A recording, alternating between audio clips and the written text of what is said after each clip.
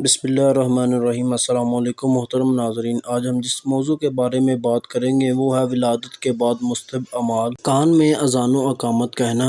جب بچہ پیدا ہو تو اس کو نہلا دھلا کر کپڑے پہنا کر سب سے پہلے اس کے دائیں کان میں اذان دیں اور بائیں کان میں اقامت یعنی تکبیر کہہ دیں۔ تخیل کرانا۔ اگر اس وقت کوئی بزرگ قریب ہو اور موقع ہو تو اس سے تخیل کرائیں کیونکہ یہ سنت ہے۔ تخیل یہ ہے کہ ان کی خدمت میں 1-2 کھجور پیش کریں اور وہ اپنے منہ میں اس کو چبا کر بچے کے منہ میں ڈال دیں اور کچھ بچے کے تالوں میں لگائیں اور بچے کے لیے خیر و برکت کی دعا کریں اور اس کے ساتھ آیت الکرسی اور 4 کل پڑھ کر شہد پر دم کر تھوڑا سا شہد بچے کو چٹانا بھی جائز ہے۔ اس سے بھی تخیل کی سنت ادا ہو جاتی ہے۔ ولادت کے 7ویں دن مستحب اعمال۔ عقیقہ کرنا۔ جب کسی کے لڑکا یا لڑکی پیدا ہو تو بہتر ہے 7ویں دن اس کا عقیقہ کر دے۔ لڑکا ہو تو 2 بکرے اور 2 بکری یا 2 دمبے یا 2 بھیڑ ذبح کر دے اور لڑکی ہو تو 1 بکرا یا 1 بکری وغیرہ ذبح کر دے، یا گائے میں لڑکے کے 2 حصے اور لڑکی کا 1 حصہ کر لے یا پوری گائے سے عقیقہ کر لے، یہ سب کچھ جائز ہے۔ اور اگر کسی کو زیادہ توفیق نہ ہو اور وہ لڑکے کی طرف سے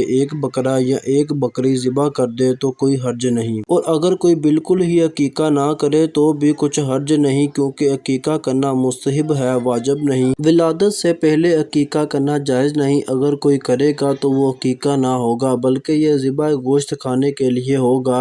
دعا عقیقہ۔ جب کسی لڑکا یا لڑکی کے عقیقے کا جانور ذبح کیا جائے تو ذبح کرنے والا یہ دعا کرے گا۔ ترجمہ: اللہ تعالیٰ کے نام سے، اور اللہ تعالیٰ سب سے بڑا ہے، اور اللہ تعالیٰ یہ آپ کی رضا کے واسطے محض آپ کی بارگاہ میں فلاں کا عقیقہ کا جانور ذبح کرتا ہوں، اور یہ دعا کرے یا اللہ یہ میرے بیٹے یا بیٹی کا عقیقہ ہے، لہٰذا اس کا خون کے بدلے اس کا گوشت، اس کے گوشت کے بدلے اس کی ہڈیاں، اس کی ہڈیوں کے بدلے اس کی کھال، اس کی کھال کے بدلے اس کے بال، اس کے بالوں کے بدلے میں ہے، یا اللہ اس کو میرے بیٹے یا بیٹی کے بدلہ دوزخ سے آزادی کا بدلہ بنا دے۔ عقیقہ کے مسائل۔ جس جانور کی قربانی جائز ہے اس میں عقیقہ کرنا بھی جائز ہے، جیسے اونٹ، گائے، بھینس، بکرا وغیرہ، اور اونٹ گائے میں عقیقہ کے 7 حصے رکھ سکتے ہیں۔ مثلاً کسی شخص کے 3 لڑکے اور 1 لڑکی ہو اور وہ ان سب کا عقیقہ 1 گائے یا 1 اونٹ ذبح کرنا چاہے تو کر سکتا ہے۔ گائے، بیل وغیرہ میں کچھ حصے قربانی کے اور کچھ حصے عقیقے کے رکھنا جائز ہے۔ جس جانور کی قربانی جائز نہیں ہے جیسے ہرن، نیل گائیں وغیرہ، اس سے عقیقہ کرنا بھی جائز نہیں، اور جس جانور کی قربانی جائز ہے جیسے گائے، بیل اور بکرا وغیرہ، اس سے عقیقہ درست ہے۔ عقیقہ کے گوشت کے 3 حصے کرنا مستحب ہے۔ 1 حصہ صدقہ کر دیں، 1 حصہ پڑوسیوں اور رشتہ داروں کو دے دیں اور 1 حصہ گھر میں رکھ لیں۔ عقیقہ کے گوشت سے دعوت کرنا بھی جائز ہے، نیز عقیقہ یا قربانی کا گوشت ولیمے کی دعوت میں استعمال کرنا جائز ہے۔ سر کے بال منڈوانا۔ بچہ یا بچی کی ولادت کے 7ویں دن سر کے بال منڈوانا، خواہ پہلے سر منڈوائیں پھر عقیقہ کریں یا پہلے عقیقہ کریں پھر سر کے بال منڈوائیں، دونوں طرح جائز ہے۔ البتہ بہتر یہ ہے کہ پہلے بچے کے سر کے بال منڈوائیں اور پھر عقیقہ کا جانور ذبح کریں۔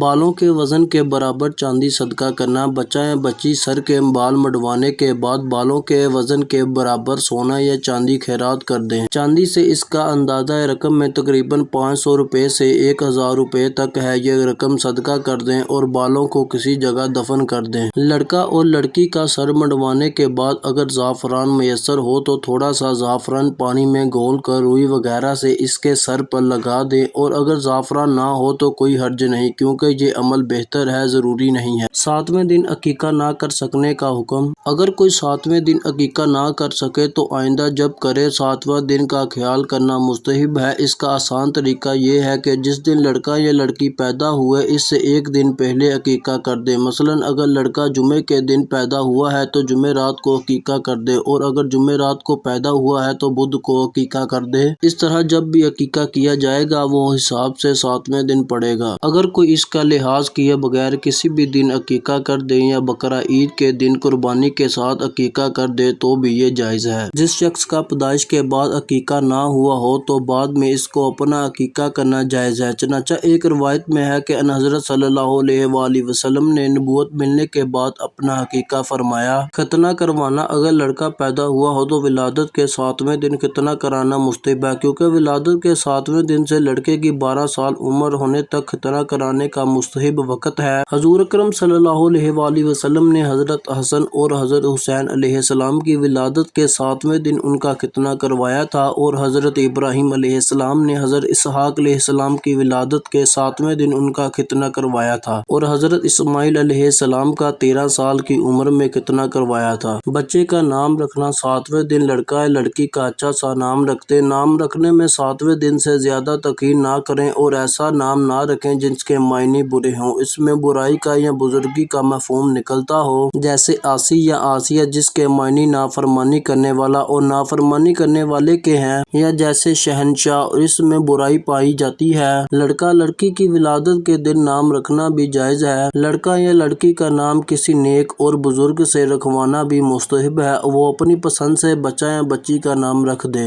برا نام بدل دینا چاہیے۔ اگر کسی لڑکے یا لڑکی کا نام کے معنی اچھے نہ ہو، اس کو بدل دینا چاہیے۔ حضور اکرم صلی اللہ علیہ وآلہ وسلم کا یہی طریقہ تھا۔ جیسے حضرت زینب کا پہلا نام برا تھا جس کے معنی نیکی اور بھلائی کے ہے، جس میں اپنی بزرگی کا پہلو نکلتا ہے، لہذا آپ صلی اللہ علیہ وآلہ وسلم نے اس کو بدل کر زینب رکھ دیا۔ اسی طرح ایک شخص کا نام اسرام تھا جس کے معنی ہے زیادہ کاٹنے یا کترنے والا، یہ معنی اچھا نہیں ہے، اس لیے آپ صلی اللہ علیہ وآلہ وسلم نے سن کر فرمایا، نہیں، تم زاری ہو، جس کا معنی کھیتی کرنے والا ہے۔